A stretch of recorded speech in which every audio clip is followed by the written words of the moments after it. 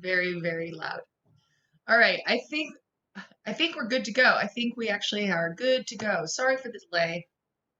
Let me go here. Let me share this.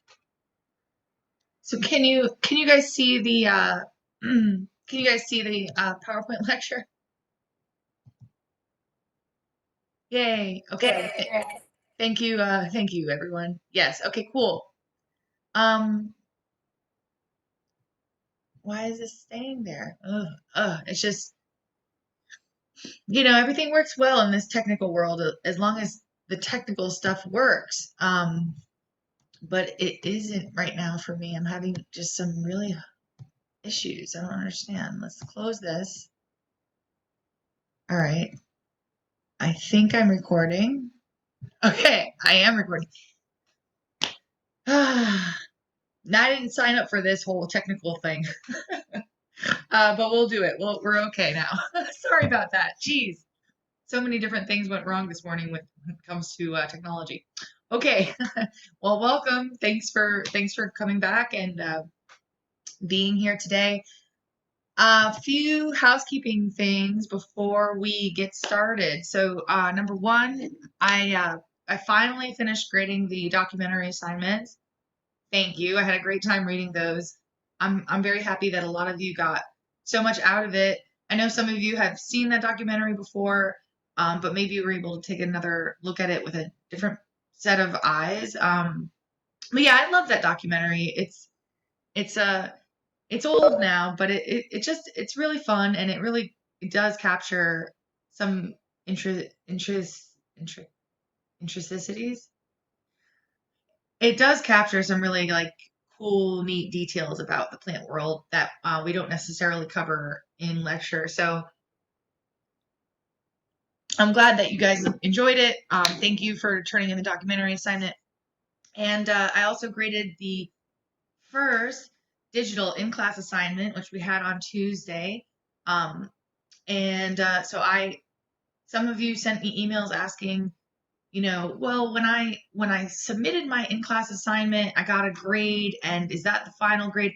So because it's mostly multiple choice, I do have it set up to do some sort of grading, but I do go back after you guys submit it. I go through each assignment to see if there's, for example, sometimes room for some partial credit. So I have revised them yesterday. The final grade is there. I also am still learning the virtual technology, so I think now you should be able to see the correct answers if you open your version. Like if you open your submission to the fourth in-class assignment, you should be able to see both your responses and the actual correct answers. Took me a little minute for figuring that out. Thank you, Alvera and others, for helping me troubleshoot that. Okay. Another thing is I posted a homework assignment, which is basically to help us troubleshoot using this platform for an upcoming exam. So it's a silly little quiz, as it were. It does not worth any sort of points, but it's just to make sure that everything on my end is also working on your end, so that when we have the exams, they run smoothly. So I opened it last night. If you haven't had a chance to do it yet, no problem. It's open for the rest of the day. So please, if you haven't already, it should only take like 1 minute to complete. But please, when you get a chance, do complete that fake exam so that you can make sure everything on your side is working properly as we go forward. Okay. Would you like to be able to, it went away. Hold on. Would you be able to explain how the platform works? Because I've never used it before. Well, I have never used it before either, Gabriella. So I'm not, I'm not 100% sure. That's why we're doing this kind of fake practice exam with silly questions. What I've heard from students so far is that basically you do not have to download anything. You should be able to click on the assignment, as it were, and it'll prompt you, I think, to use a password, which I initially did not know because I didn't set a password. So it initially, if you had problems opening it, is because it was a default password that I didn't set, and so I solved that. Password for the fake exam is 123. And I'm pretty sure, based on what students have told me so far, is that you just click on the assignment. The assignment will prompt you to enter the password, and then you should be able to complete it via Blackboard. Whatever platform it is, it's going to be opening via Blackboard because it's part of a Blackboard package. If anybody has already done the fake assignment, did I explain it correctly? Is that how it ran for you? Does anyone have feedback as to whether or not, or like, if you have completed the fake exam, is that what happened? So Marisol says, I did not have to put in the password. That would make more sense. Yeah. Melanie says, when I did it, it didn't ask for a password. That would make sense because, but then other people are saying I had to put in the password. No new platform open, it just stayed in regular Blackboard. It didn't ask me for a password either. Yeah, so it's a weird thing. I just took the assignment and it didn't ask for a password. Right. So all I know is that the platform is through Blackboard. And when I set the assignment, that fake exam, I didn't put in a password.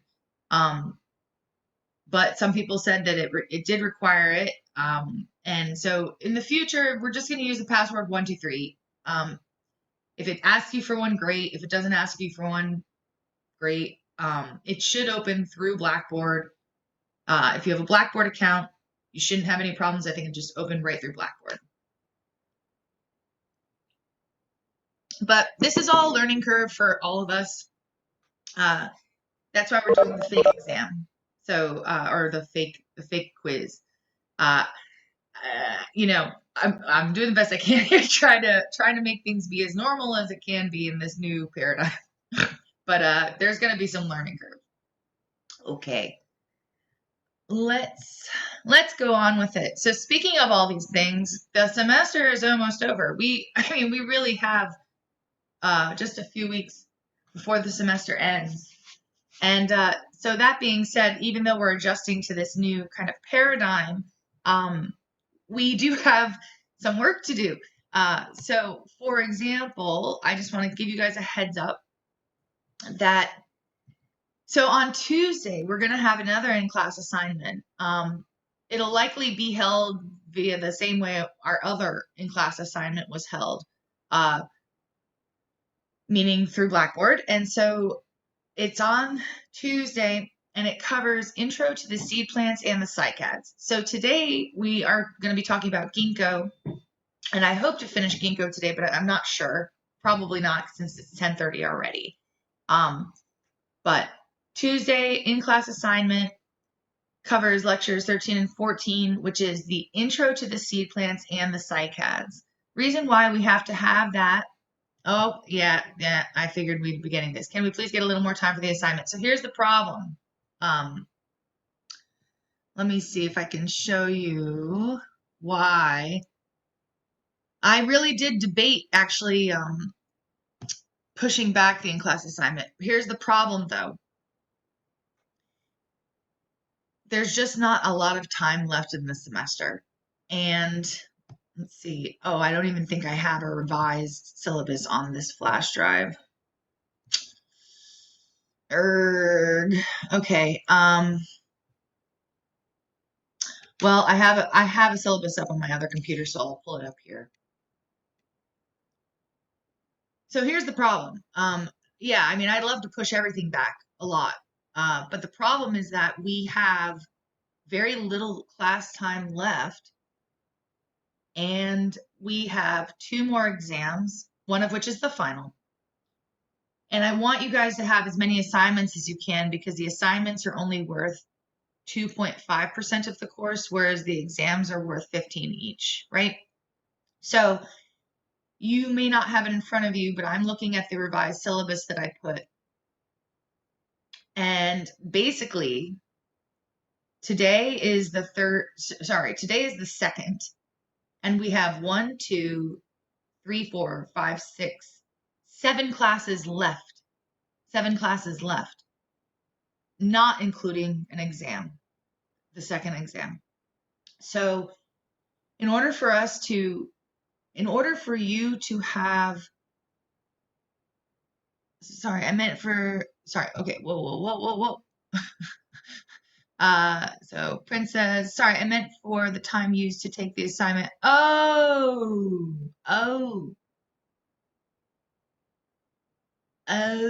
you guys want more time during the assignment to complete it.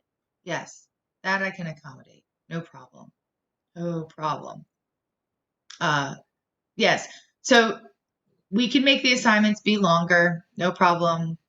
I'm sorry that it was stressful.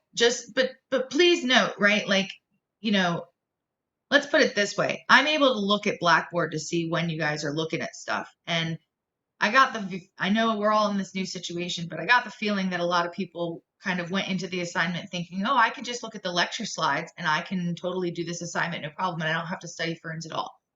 And other people, I knew that they did know the ferns. So the point is, don't rely on being able to look at the course materials to do well on the assignments. You should come to the assignments having an idea of what you're doing anyways.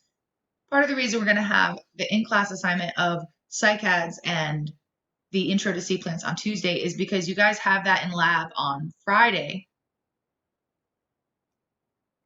So Friday, you guys will do psychads and ginkgo. That's why we have to cover ginkgo today. So that will set you up well to be able to tackle the in-class assignment on Tuesday. But yes, I can make them be longer. That's not a problem. But keep in mind that you should come to them knowing the material, or at least having studied the material, and not relying on looking at the slides. Okay, so another question is the final cumulative? No, the final is not cumulative. That's another reason why we have to keep moving forward, because the second in-class exam, which is going to be held on the 14th, which is a week from Tuesday. I'll give you guys a study guide on Tuesday at the latest, probably before then. Covers ferns through the conifers. I'm still, depending on how far we get through the material, it may not include the conifers, but for now it includes the ferns through the conifers. So ferns, cycads, ginkgo, conifers, 4 things is on the second in-class assignment. Sorry, second lecture exam. Final lecture exam is angiosperms only, not cumulative. There are some course concepts that that you can't get away from that are on the final exam as well, but no, not cumulative. Okay.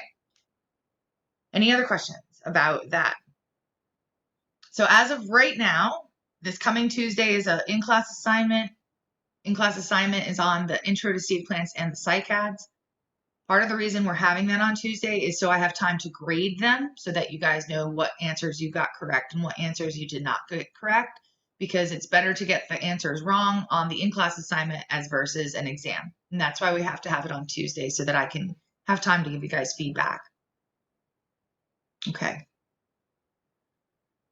I know it's hard. This is a hard time for all of us, and I'm doing the best I can, but we still have to continue through this lecture. All right.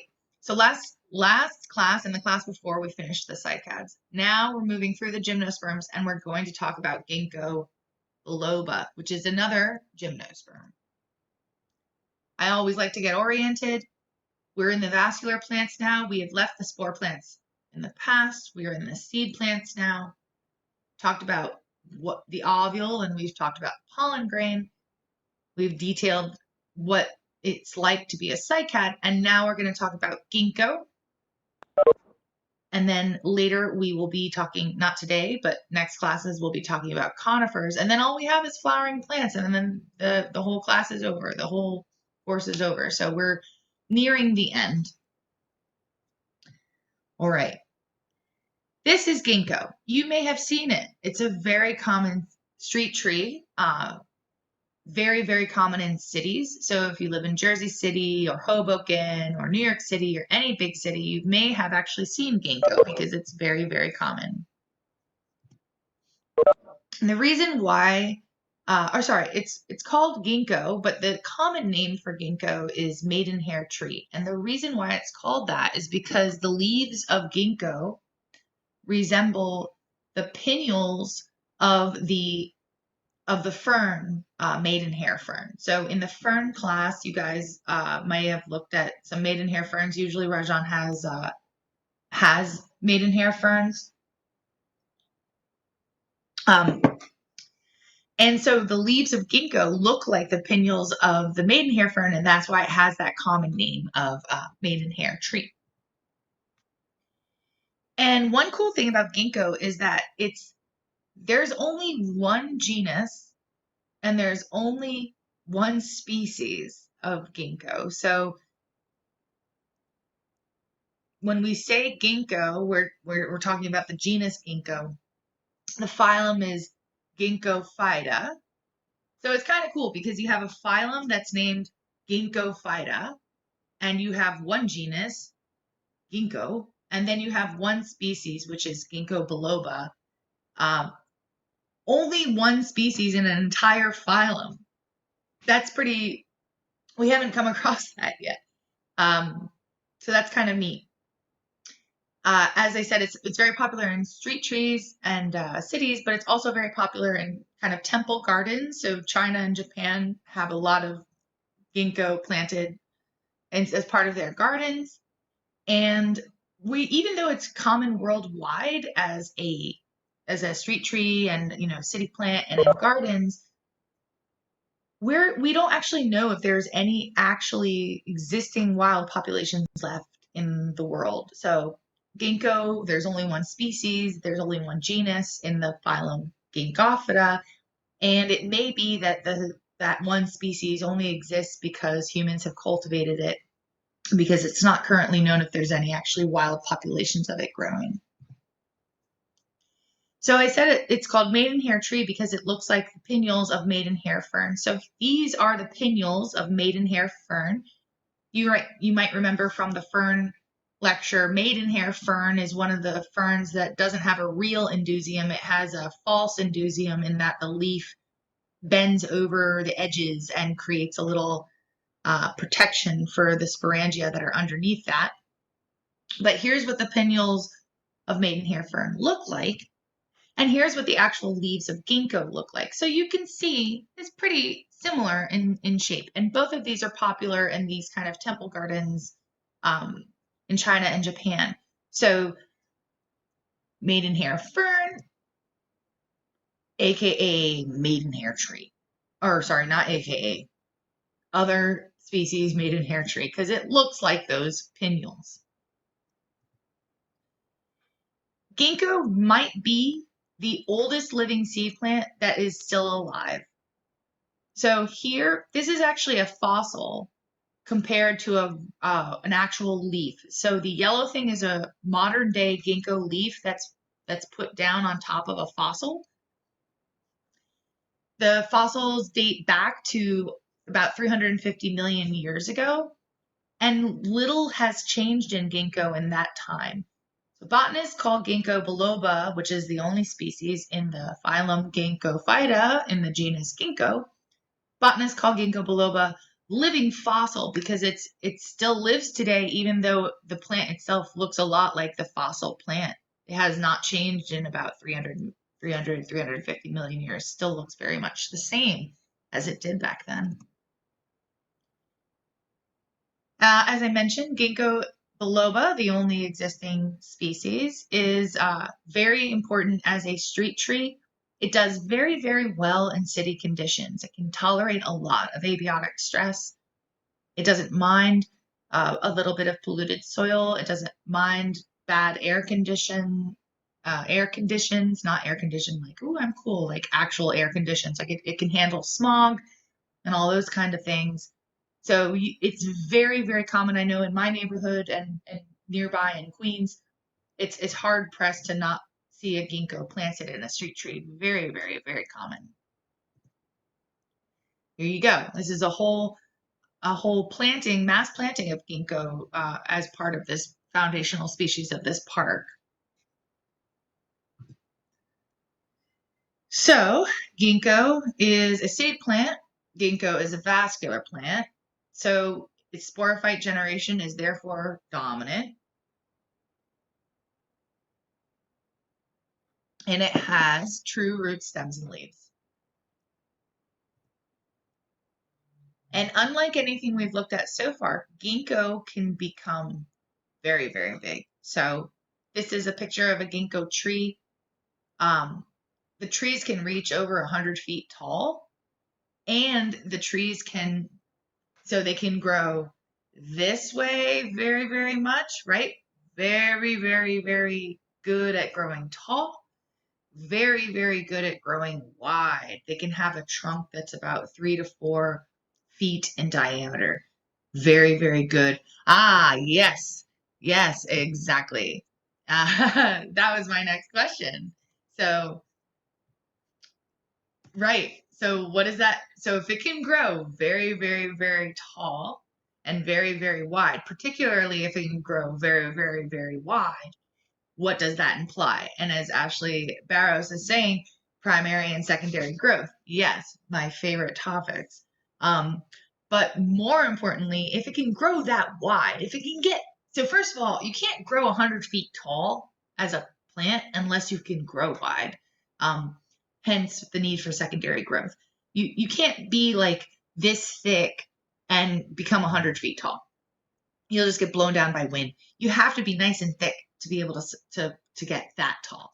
And so if you're able to grow 100 feet tall and you're able to grow 3 to 4 feet in diameter in terms of the trunk, what that implies about ginkgo is that ginkgo has abundant secondary growth. So when we looked at cycads, when we first talked about secondary growth in detail, cycads don't have abundant secondary growth. Cycads, like I said, you wouldn't really want to make a house out of cycad trunks because it's not that robust. Whereas you could make a nice house out of ginkgo trunks.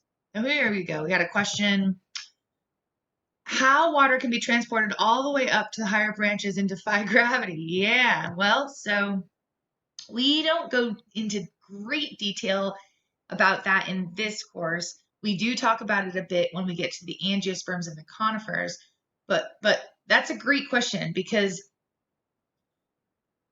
if water had to go through the tree via gravity, it could only go about 3 feet up because of the properties of water and gravity. So in order for water to get all the way up through a 100-foot tree, there's a couple of processes that go on. Number one, the cell structure inside of the xylem and secondary xylem, which we will talk about more in the conifers and in the angiosperms. But the other reason why is because at the leaves, water vapor is leaving. So leaves have stomata, which allow water vapor to leave.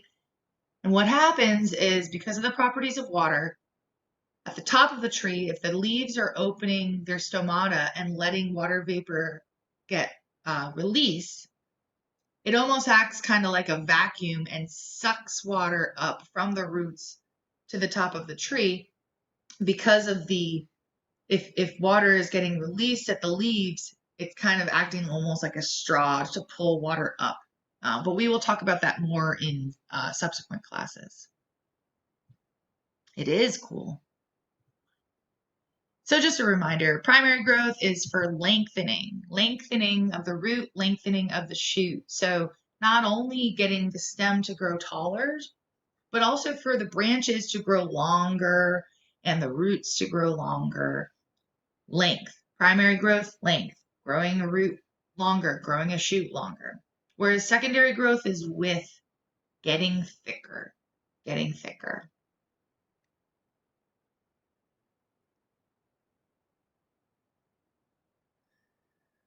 All right, so, whoops, why isn't this working? Here we go.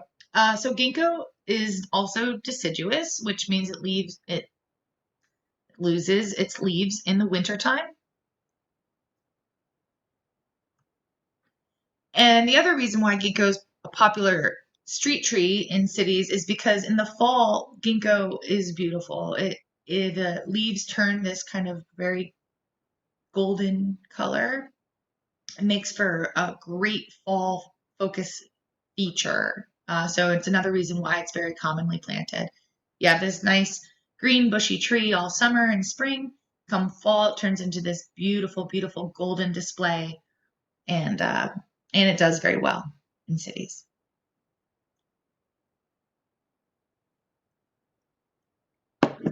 Just beautiful.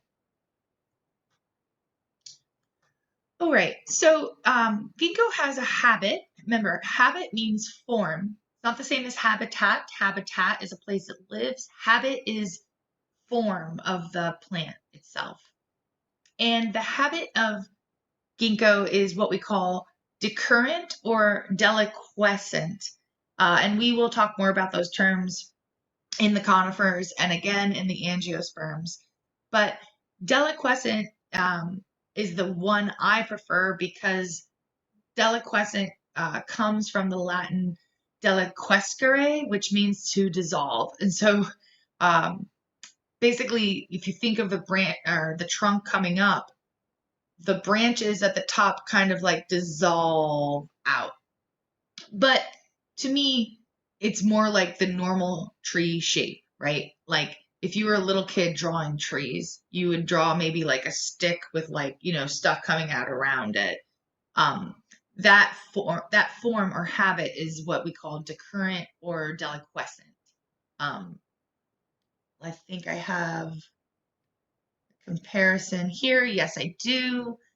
Here are some other tree forms or habits.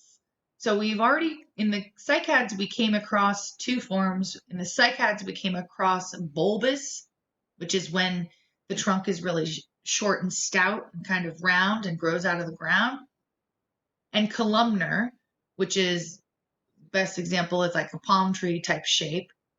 We came across that in the cycads. Ginkgo have this deliquescent or decurrent. So this is the habit that ginkgo has, right? Deliquescent or decurrent. And sorry about that. No, oh my goodness. Nope, nope. don't allow me to annotate. It's dangerous. Um, Remember, deliquescent means to dissolve. And so the idea is that you have this tree trunk and then the branches kind of like dissolve out of that trunk. So that's deliquescent habit. Columnar is easy. It's like a palm tree. Oh boy. Don't allow me to annotate. Not good. Columnar, yeah, this long thing, and then maybe something on top like this. No real branching, right? Here we have branching. Here we have a trunk,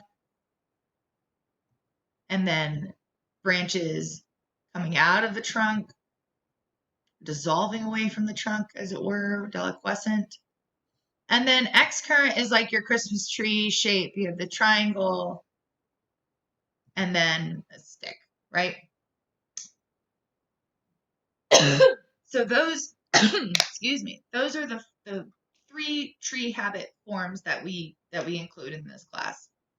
And of these three forms, ginkgo has the deliquescent. Oops, jeez, it's harder than it looks. I'll just say that much. It's harder than it looks. Not great at that. All right, moving on. So here is a mature ginkgo leaf. They're bilobed, which means they have two lobes. Bilobe means two lobes. Here's one lobe. Let's see if I can draw this. Here's another lobe. So that's what bilobed means. Fan shaped because it kind of looks like a fan. And I gotta move this so I can see.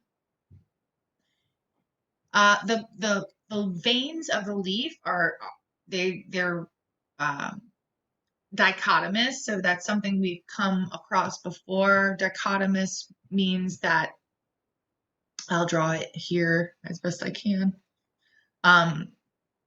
Remember, like liverworts and stuff, and all the more primitive things have this kind of like dichotomous um, form. So it basically is like if you have one thing and then it splits, splits, and then if that thing splits again, right? This is what we mean when we say dichotomous, right? Then this would like, okay, split again.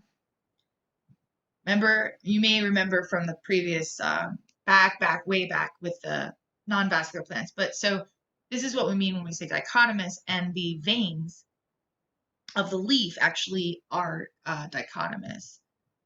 Question: so it's equal dichotomous venation? Basically, yes. It basically is equal dichotomous venation. Might be hard to see in this photo. I think we have a microscope slide coming up that might make it more clear, or at least we have a comparison one in the maidenhair fern.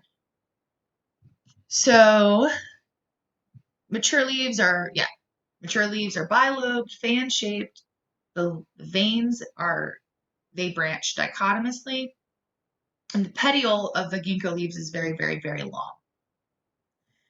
Here is what some immature leaves look like. So those leaves on the left will eventually grow into the leaf on the right. But I think the form of the immature leaves is part of the reason why ginkgo has been named the maidenhair tree, because if you here again is that maidenhair fern leaf, or pinule rather, and if you look, looks very, very similar to the immature leaves of ginkgo. The maidenhair fern pinnules also have the equal dichotomous venation, which shows up a little bit better there. Here, let's see if I can highlight some. So if you look, for example, if you look right here, ooh, that didn't really help. Oh boy. I wish I had like a stylus I could like draw on that. But if you look like right here, hey, today is not my annotating day. If you look right here in here, right, like right around this area, you can see or even like right there, where it branches dichotomously. And then again, like up here, you can see it again too. Anyways. Okay. So now we'll talk a little bit about the ginkgo biloba sporophyte, which we have been already, but now we'll talk about the parts of it. So the branches have two types of bud, an apical bud and a lateral bud. And I think, yeah, I do a good job of showing this in the subsequent slides. So what does that mean, apical bud and lateral bud? So if you were to take a twig off a tree, you might see these apical buds are at the apex or the tip, right? And that's going to be where meristematic growth is happening. So apical bud is going to be lengthening the twig. The twig can grow longer, or the branch can grow longer. And then the lateral buds are what are going to give rise to lateral branches. So let's change color because I don't like this. So here, the apical bud is going to allow the twig to get longer this way. And the lateral buds are going to allow branching to occur so that it can grow like branches coming out the side. Both of which would be an example of primary growth, because the idea is lengthening.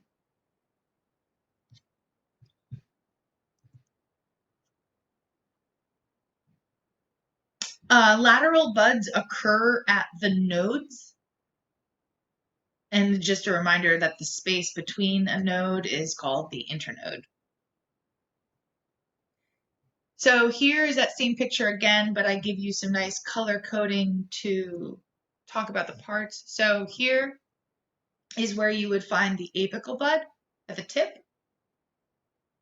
And the apical buds produce long shoots, which is long shoots and short shoots is something that we talk about today for the first time, but it's something we'll talk about again when we get to the conifers and a few different angiosperms. But long shoots are the long, well, I have color coding, you'll see.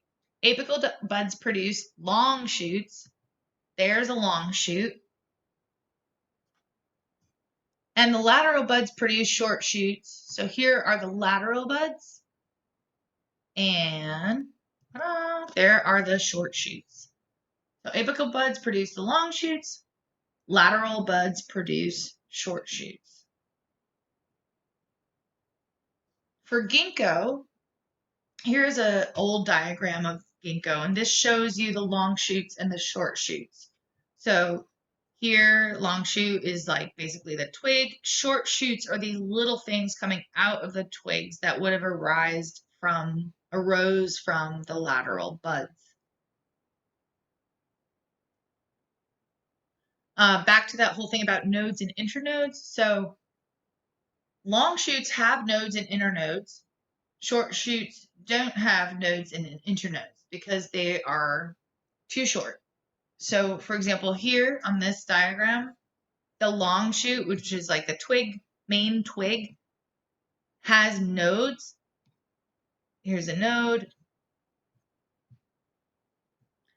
right? Here's a node, here's a node, here's a node. Remember, a node is a location, not a thing. So a node is a location on a branch. You can have things at the node. So for example, you could have lateral buds at the node. You can have short shoots. Here's a short shoot at the node. The node is a location. And likewise, likewise, internode is a location, right? So long shoots have nodes and internodes. Short shoots do not have nodes and internodes. They're too short. And short shoots come out of the long shoots, which, at this point, yeah, it makes sense. And the leaves of ginkgo come out of the short shoots. So long shoots, short shoots. Long shoots are made by the apical bud. Short shoots are made by the lateral bud. Long shoots have nodes and internodes. Short shoots don't have nodes and internodes. Leaves come out of the short shoots. One cool thing about having these long and short shoots is that it makes Ginkgo biloba really easy to identify, even in the wintertime. So here is a ginkgo branch. Once you learn how to identify this, when you're walking around in the wintertime, you can spot a ginkgo 2 blocks away because it just looks so different than the other twigs of other branches without leaves. So it makes it super easy to identify in the winter, which is, if you're a botanist, it's kind of nice because it's hard to identify woody plants when they're missing their leaves. Oh boy, let's see how much we got left. Oh, I think we're going to do it. Not too bad.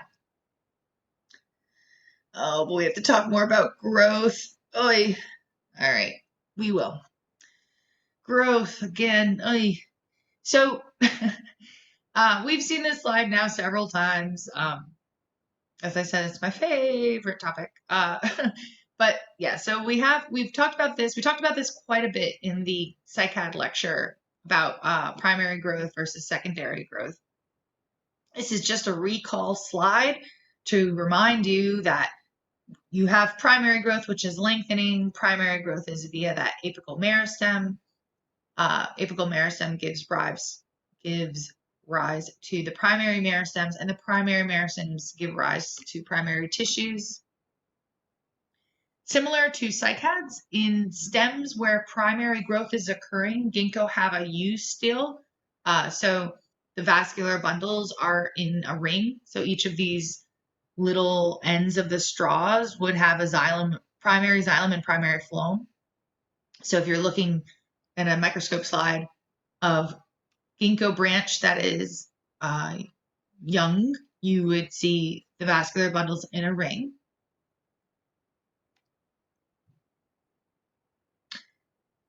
But remember, I said, ginkgo gets 100 feet tall and can get like 4 feet wide in the trunk. So that means that ginkgo has a lot of secondary growth. So we can't not talk about secondary growth a little bit more because of that.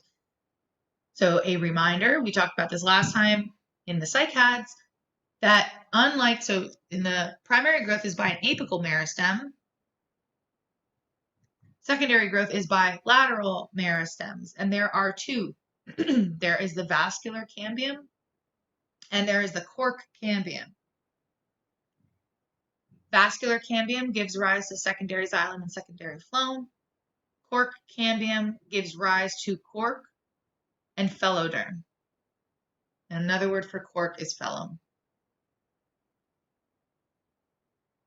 And yeah, so like this is one ginkgo tree. Look how wide it is. It's so wide. And part of the reason it can get that wide is, like I said, because ginkgo has abundant secondary growth. So it is able to really, really, really increase in width, which allows it to get super, super, super tall.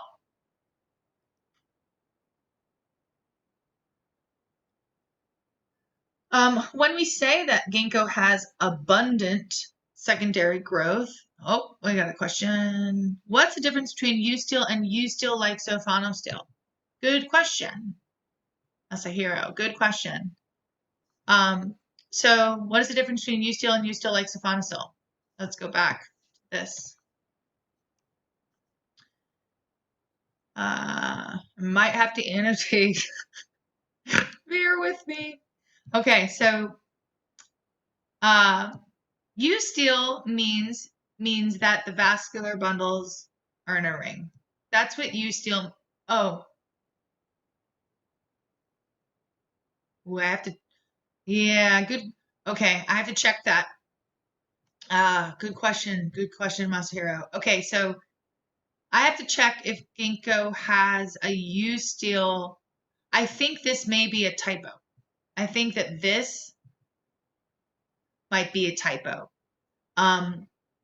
So normally, so U-still, as you can see here, U-still just means that the vascular bundles are in like individual packets, right? Like there are vascular bundles. So if we're going to draw U-still over here, here's a vascular bundle. Here's a vascular bundle. Here's a vascular bundle. Here's a vascular bundle. Not necessarily in a ring, just like bundled. And each of these vascular bundles would have xylem and a phloem, primary xylem and primary phloem, right? This is a U-still. A U-still like siphonostill is when you have that same thing, but they're in a ring. So like here's a vascular bundle, here's a vascular bundle, here's a vascular bundle, etc., but like in a ring. So this right here might be a typo. I need to double check. I did have to change this yesterday from cycad to ginkgo, so this might be a typo. For now, until I confirm it, just go with the fact that ginkgo have a U-still, which means vascular bundles, not necessarily in a ring.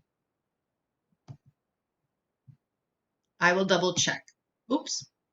Good question though, Masahiro. Thank you for making me confirm that. I have to double check that. Okay. Gonna go like 10 more minutes.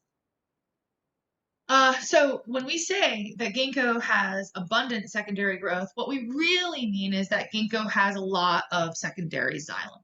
So older stems of ginkgo have abundant secondary growth, and what this means is that they have a lot of secondary xylem, which is what we know as wood. So older ginkgo stems have a ton of secondary xylem, aka wood. So it's interesting that we call secondary xylem wood if you have a wood floor, or if you have a wood cabinet, or if you have a wooden door, or anything made out of wood.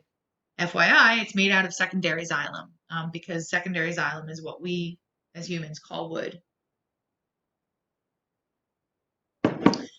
So ginkgo has abundant wood, or abundant secondary growth, made up mostly of secondary xylem or wood. And in the older stems, we talked about this a little bit when we first talked about secondary growth. The secondary xylem produces annual rings. So you get a ring of secondary xylem each year. And as in all of the gymnosperms, the secondary xylem consists of cells that are called tracheid cells. And you're able to see wood rays if you were to cut a piece in half. And the wood rays consist of what are called ray parenchyma cells. So the wood rays are made of parenchyma cells, and because they're in a ray, we call them ray parenchyma cells. I have a couple slides here which we should go through just because it'll help you in lab tomorrow. So get out of annotate. Okay. So here's a cross section through an older ginkgo stem. So in this older ginkgo stem, there's almost no primary tissues left. It's pretty much dominated by the secondary growth tissues. In this slide, the blue labeled tissues are secondary growth, and the black labeled tissues are the primary growth. So as you can see, we're almost, primary xylem and primary phloem are very, very not that much anymore in this older stem. Primary phloem is just these little things here that are left. And primary xylem is just like these little things here that are left. But all of the other tissues are that secondary growth tissues, which are the same tissues that are on that slide that we have saw in the cycads that detail the tissues of secondary growth.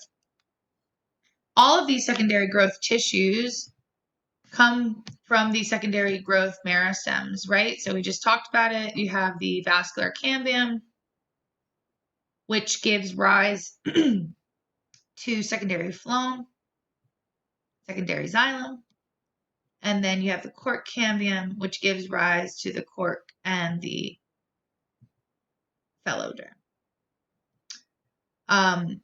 I'm going to move, I think I move it. Yeah, I'm going to move some of these structures around so that I can color code them for you in the subsequent slides. Got a question here. So secondary xylem grows inward towards the pith and secondary phloem grows outwards toward the bark. Correct. So the way to get oriented with where secondary xylem and secondary phloem is occurring is you have to look for this lateral meristem vascular cambium. And wherever the vascular cambium is, and that's what I do on the following slides, is I color code this. Secondary xylem is going to grow toward the inside of the vascular cambium. Secondary phloem is going to grow to the outside of the trunk from the vascular cambium. So vascular cambium is producing both of these, secondary xylem toward the inside, secondary phloem toward the outside.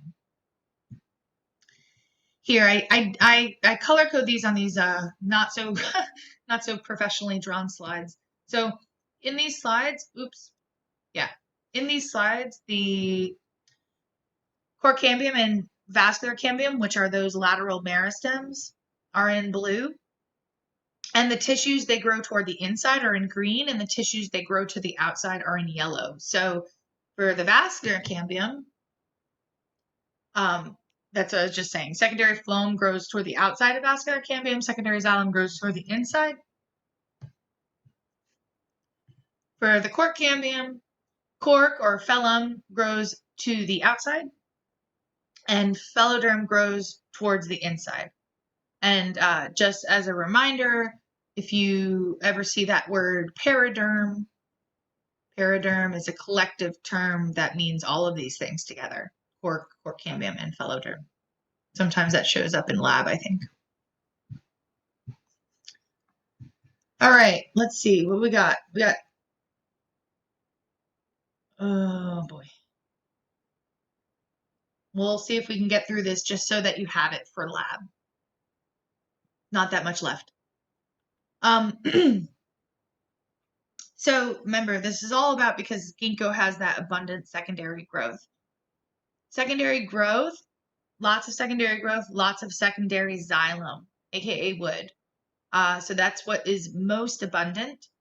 The wood produces, the secondary xylem grows a ring every single year. So here is, in this case, so this is just a close-up. This slide on that follows is a close-up of this area. Sorry, of this area. That's what the slide we're about to look at is a close-up of. Oh my goodness. There you go, close-up. So every year the secondary xylem grows and it produces an annual ring. So here's the close-up of the secondary xylem. Here is an annual ring.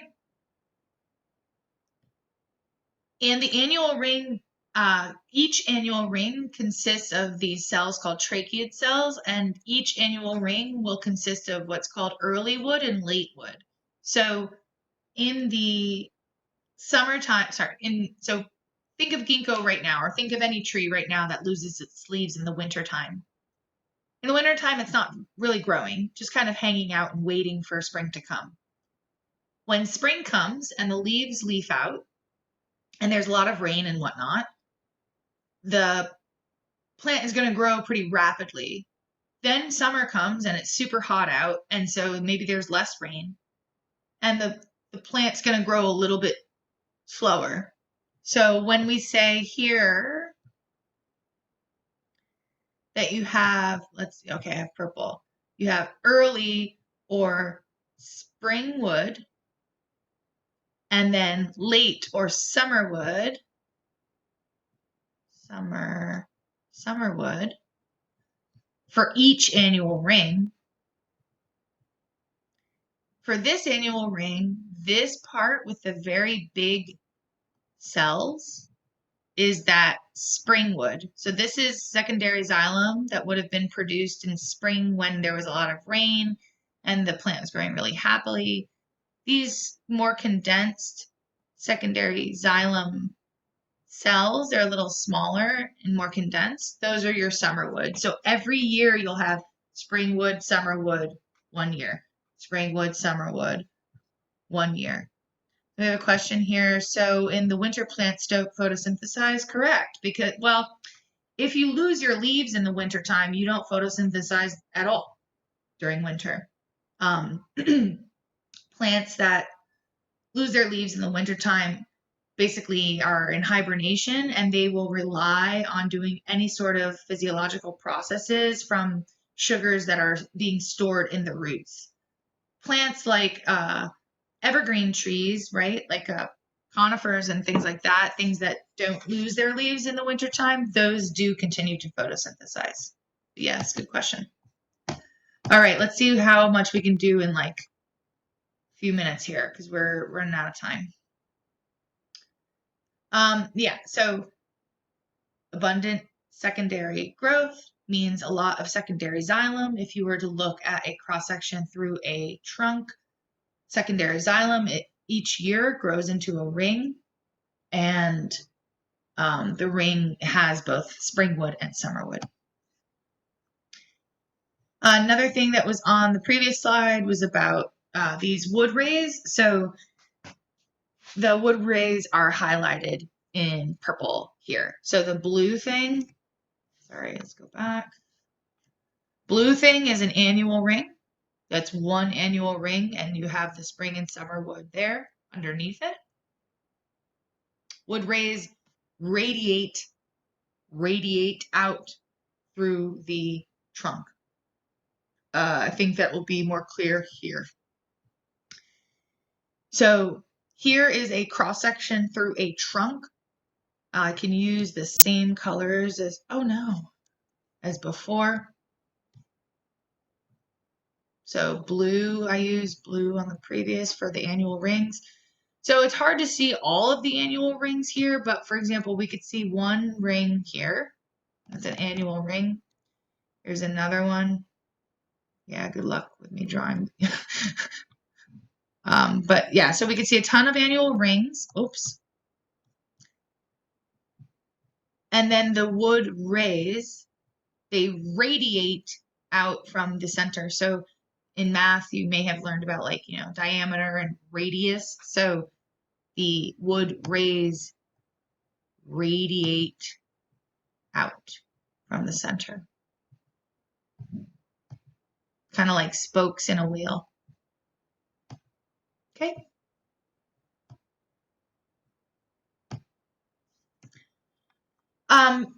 Like the cycads, ginkgo is also strictly dioecious. So you have male plants and female plants. Also like cycads, ginkgo female plants bear ovules, and the male plants bear their male sex organs on strobili, just like cycads.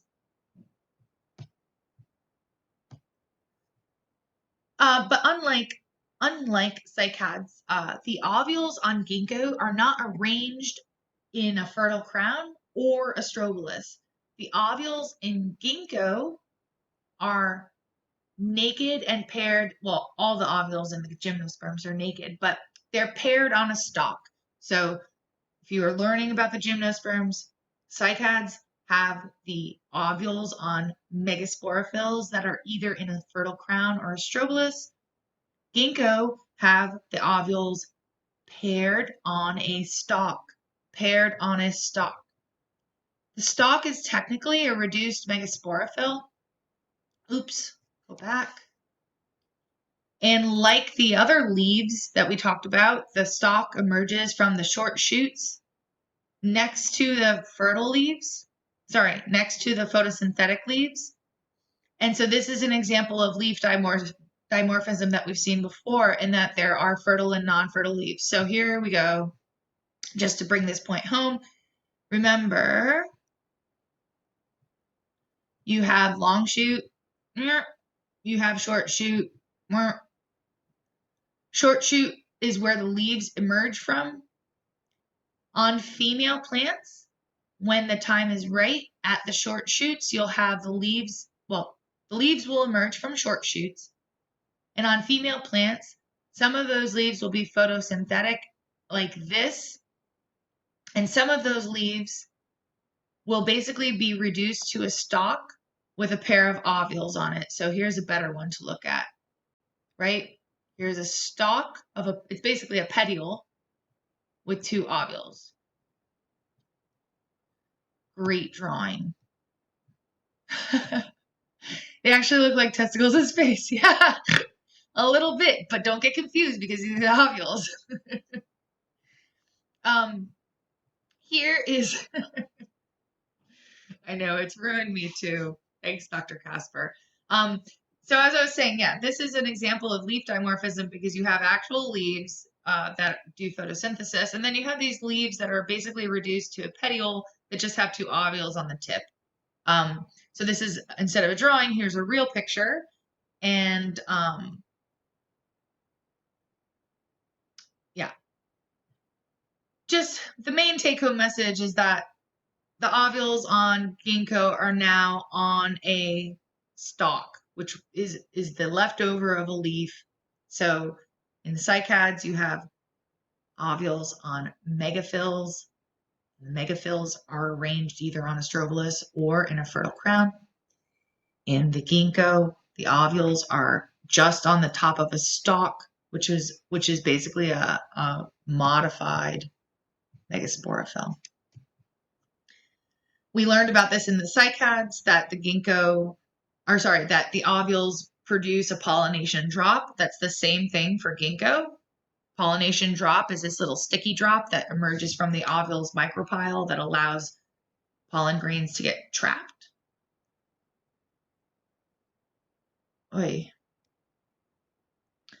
I'm going to keep going so that I can post this entire lecture so you have it for tomorrow. I understand if you have another obligation, like a work obligation, and you have to go, no worries, but I have only a few slides left, so I'm going to finish the Ginkgo lecture so we have it in one single lecture, and I'll post it later.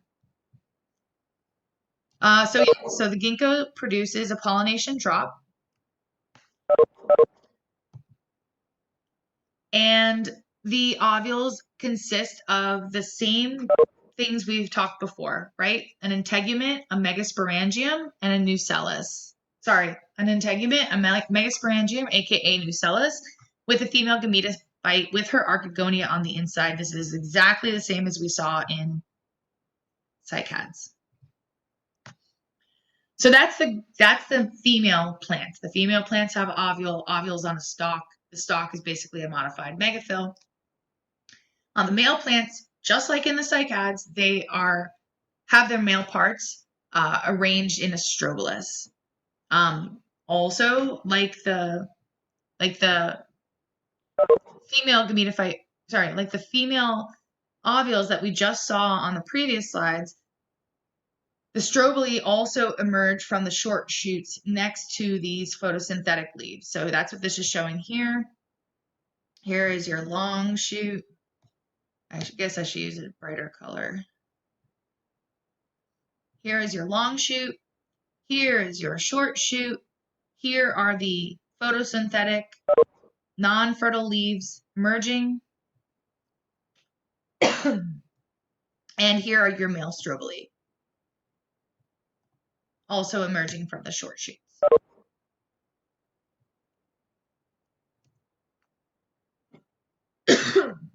Just like we saw before, the male strobilus is made up of a stem and then leaves, which in this case, they are kind of like stalk-like leaves. And then each leaf bears 2 microsporangia, or what we can call pollen sacs because we're in the seed plants now. So there's 2 pollen sacs per leaf. Boy, okay, we're almost done here. This is a close-up of, so this is a male strobilus. This is a close-up of the male strobilus, so we can see all of the parts here. Here's the stalk. Here, sorry, here is the stem. Here is the stalk-like leaf. And each stalk-like leaf bears 2 microsporangia. 1, 2. Here's another stalk-like leaf with 2 microsporangia. 1, 2. Right? Male strobilus.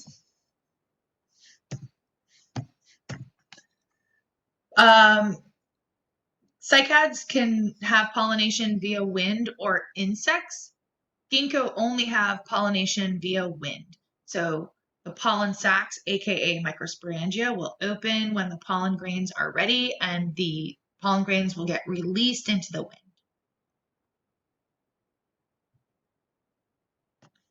Another difference of Ginkgo and cycads is that there's just one more cell. So in the cycads, Ginkgo have, in the cycads, the pollen grain consists of 1 prothallus cell, 1 generative cell, and 1 pollen tube cell. In Ginkgo, the pollen grain now has 2 prothallus cells. And we don't know what prothallus cells do anyway, so it really doesn't matter ultimately. I don't care too much about that. The other thing is that in cycads, remember, it can take months and months from pollination to occur to fertilization to occur. In Ginkgo, it's much, much, much faster. It's part of the reason why it's a good street tree. easy to cultivate. It doesn't take months and months and months.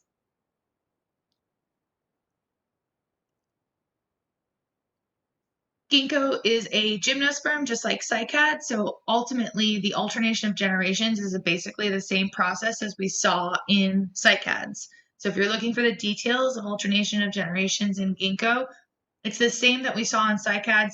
The only main differences are that now the structures that bear ovules are the stalk as versus a strobilus or a fertile crown. There's 4 cells in a pollen grain as versus 3. Pollination in Ginkgo is only wind, whereas in cycads it's wind and insects.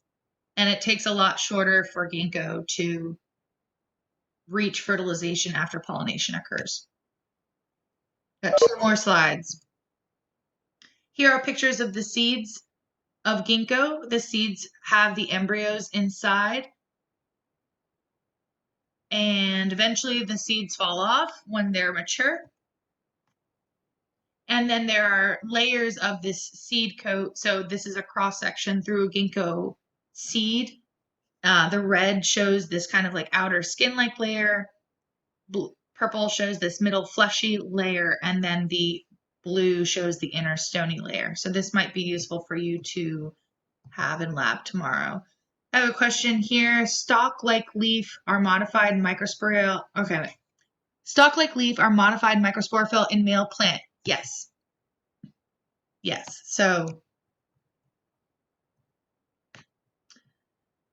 male strobilus stem, many stalk-like leaves, and yes, the stalk-like leaves are microsporophylls that bear microsporangia, aka pollen sacs. All right, I think we're done. Let's look here. Yep, cool. So sorry we ran over a little bit today. I hope I don't have these technical difficulties going further. Thank you guys for joining me. I really appreciate you sticking around. I'm going to post the lecture slide later, the lecture recording later today, in addition to the slides. Email me if you have any questions. Email me if you're running into any issues with any of the assignments and stuff that I've posted, like the fake tests and stuff. Cool. Yes, I will try to stay safe. Hubby and I are basically just like staying inside all the time. So, cabin fever. But no, we're doing fine. Everybody in our neighborhood, for the most part, seems to be hanging in there and staying inside. But I do have a lot of respect, and I'm very grateful for all of the people who are keeping certain services going, like the grocery stores and things like that. Our laundromat last night was shut down, and people inside had like hazmat suits cleaning it out. So I'm hoping it opens again. Otherwise, I might be wearing this a few more times during this course. Yeah, it's tough to be inside all the time. I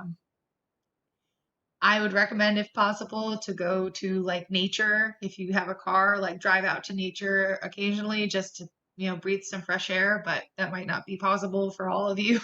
But just hang in there, guys. It's good to stay home. It's better to be safe. And yeah, but I'm here too at home. So if you want to have office hours ever, let me know.